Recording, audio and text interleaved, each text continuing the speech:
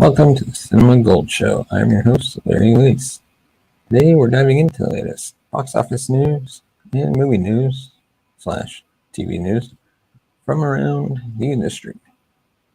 But of course, as always, we'd like to thank our sponsor, Poddex, for sponsoring this episode. Check them out today at poddex.com. Use the promo code Larry21 for 10% off your order. We'd also like to thank Audible. Excuse me. Audible is a subscription service that allows you to buy audiobooks that you can listen to on your phone, iPad, Android device, pretty much any device you have. Audible allows you to choose from a gigantic array of audiobooks narrated by amazing narrators that you can listen to from anywhere. Right now, I'm listening to The Dead Zone by Stephen King, narrated by Academy Award-winning actor James Franco. It's the chilling story of a high school teacher who falls into a coma and wakes up with psychic abilities. In all seriousness, audiobooks are great for when you're alone, and should maybe stop with the YouTube videos. And also, in other news, we have merch. You can check out the link below in the description and consider buying a shirt from us and support the show. But without further ado, let's begin with our first topic, the box office report.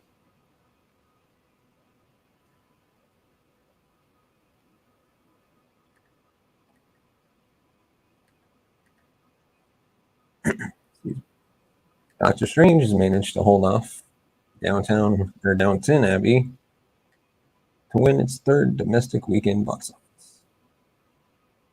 As originally reported by Variety, Doctor Strange 2 has brought in another $31.6 million domestically, pushing its total North American haul to just $342 million. The latest Marvel film has reached $461 internationally and has officially crossed $800 million globally. Downton Abbey, A New Era, earned $16 million in its first weekend and placed second. While it was a bit lower than projected, it performed well for those 55 and older, as nearly 50% of ticket sales were from that demographic. Internationally, Downton Abbey brought in another $35 million, bringing its global tally to $51.7 million. This second film cost $40 million to produce and was twice as expensive as the original. Speaking of the original, the first Downton Abbey opened to $31 million at the domestic box office and crossed $192 million during its global theatrical run. For a brief review of it, we haven't really produced our full review yet, but we want to say it starts out as a wistful return to the familiar before shedding its skin and letting the series' nauseating ugliness come frothing to the surface. It went from funny and charming to jaw-droppingly grim at the drop of a hat. A wild tonal whiplash that's absolutely worth a watch, with a concentrated dose of Downton Abbey. The Bad Guys, however, took third place with $6.1 million. Sonic 2 added another $3.9 million to its total. Rounding at the top 5 and finally knocking off Everything Everywhere All at Once was Alex Garland's Men with $3.29 million. While Everything Everywhere All at Once's $3.1 million didn't make the top 5, it did cross the $52 million mark and has become A24's highest growing domestic release in history. So in the comment section below, what did you think of these movies? Did you think they earned as much as you thought they would? Let us know. Now we're going to dive into the next topic, which is the new Mission Impossible trailer that has been dropped. Even a delay couldn't keep Ethan Hunt off our screens for long, as an all-new trailer just dropped for Mission Impossible Dead Reckoning Part 1, showing the same globe-trotting and intense stunts viewers have come to expect from the franchise and Tom Cruise himself. The new trailer sees the team getting back together yet again for another death-defying mission. The trailer showcases a handful of new action sequences, presumably to be expanded on in another longer trailer, including motorcycle stunts, car chases, and plenty of Tom Cruise-centric death sequences. that are sure to push stunts on film to their absolute limits. Alongside Cruise, the cast for Dead Reckoning include returning cast members Ving Rhames, Simon Pegg, Rebecca Ferguson. Haley Atwell is playing a new character. Eze Morales will appear as the film's primary antagonist. Dead Reckoning, as well as its already announced sequel, suffered delays back in January 2022 due to the COVID-19 pandemic, which saw both Cruise and the film's director contracting the virus during production in Italy.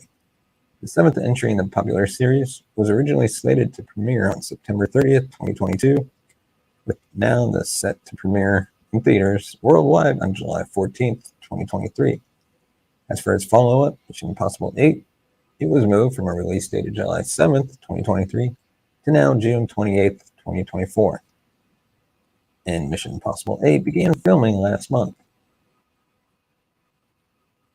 Dead Reckoning continues the long-running Tom Cruise starring action spy film franchise that kicked off back with the 1996 film release.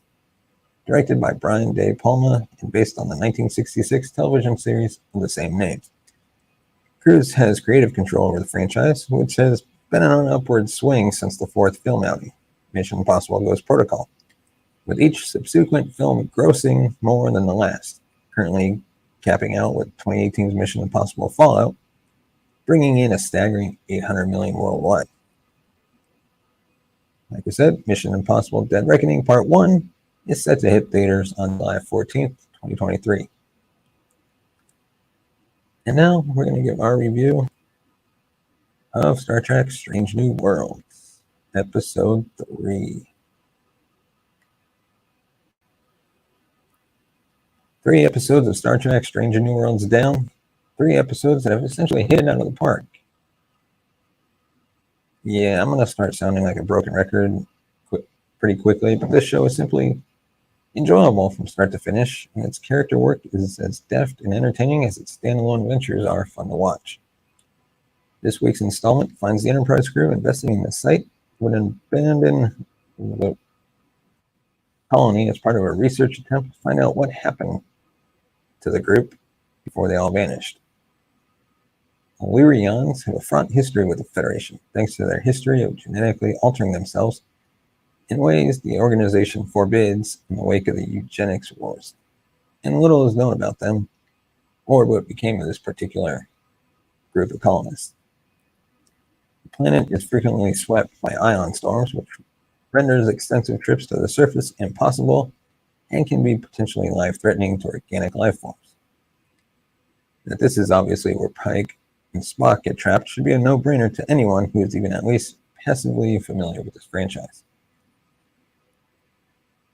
But what is a pleasant surprise is that because of this, they're actually absent from the bulk of the episode, allowing us to spend more of our time with the main Enterprise crew, who we're at least familiar with. So Spock definitely still gets the line of the episode with, quote, "I am arming us with knowledge," as he responds to an attack from an unknown and seemingly deadly energy creature, by calmly continuing to read a scroll. Goodness, but Ethan Peck is a gem.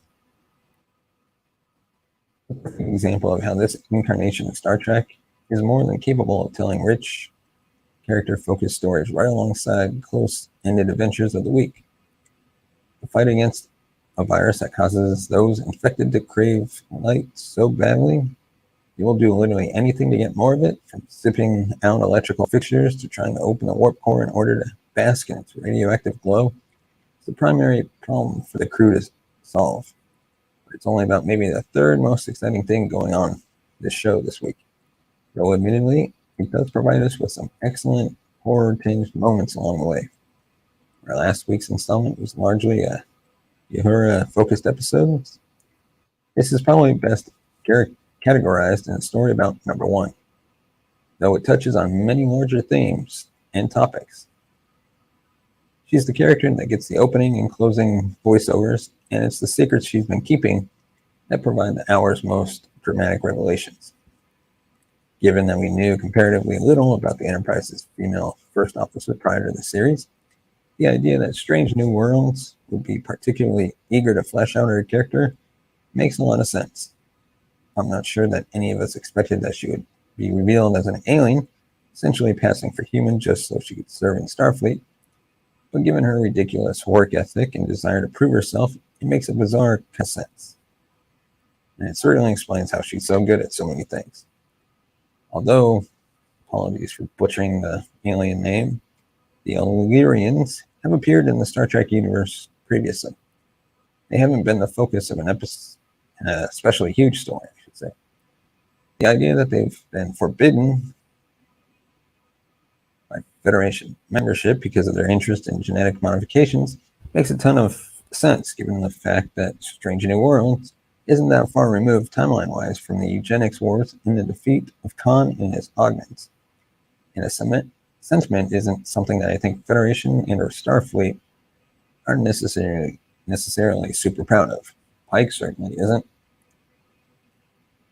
It would seem, but the lingering distrust of the race is very real and apparently quite widespread.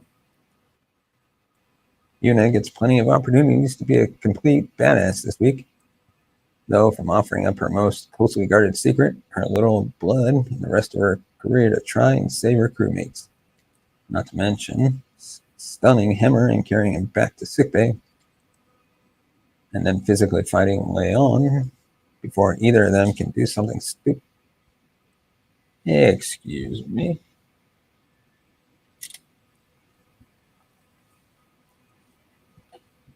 Sorry about that. Not to mention stunning Hemmer and carrying him back to sickbay, and then physically fighting Leon before either of them can do something stupid, like open the warp core or transport a piece of Helmet 9's core onto the ship. But perhaps the most heartrending moment of the hour comes after Number One confesses her year's worth of lies to Pike, who predictably doesn't care even the slightest bit, and essentially promises to protect her if and when Starfleet finds out. Her almost giddy relief is such that one has to wonder if Una has ever truly had anyone accept her for herself before, or tell her that she has worth for precisely what and who she is. Sure, she doesn't quite trust it, in her understandable angst about how Pike or the rest of the Enterprise crew might have reacted, but she not also essentially been the outer space version of a model minority is something that I desperately hope this series gets a chance to address again at a later point.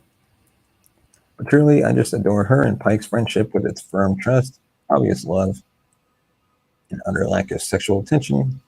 I hope that more shows take a lesson from this, which is all I'm trying to say. Number One isn't the only main member of the Strange New Worlds crew dealing with long-held secrets and emotional damage, though. Surprise! The Doctor is responsible for the medical transporter malfunction and allowed the virus onto the ship in the first place. Basically because he didn't allow anyone to do basic security updates on it when the ship was in space dock. Why? Well, he's hiding his dying young doctor in the transporter's pattern buffer, essentially holding her in stasis in order to keep her disease from advancing while he searches for a cure amongst the stars.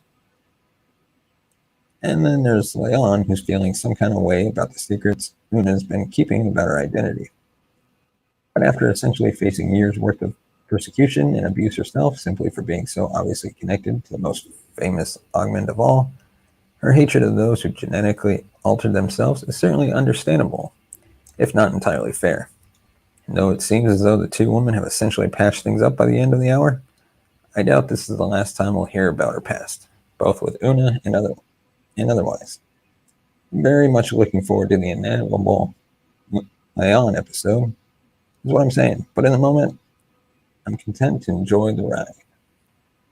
Let us know in the comments section below, what did you think of this episode? And as always, if you want to support the show, you can buy us a coffee at buymeacoffee.com/cinemagold. Your support helps the channel grow, upgrade our equipment, and grow the channel. Check us out today. Don't forget to hit that like button and subscribe. Thank you so much for watching and listening. We will see you next time.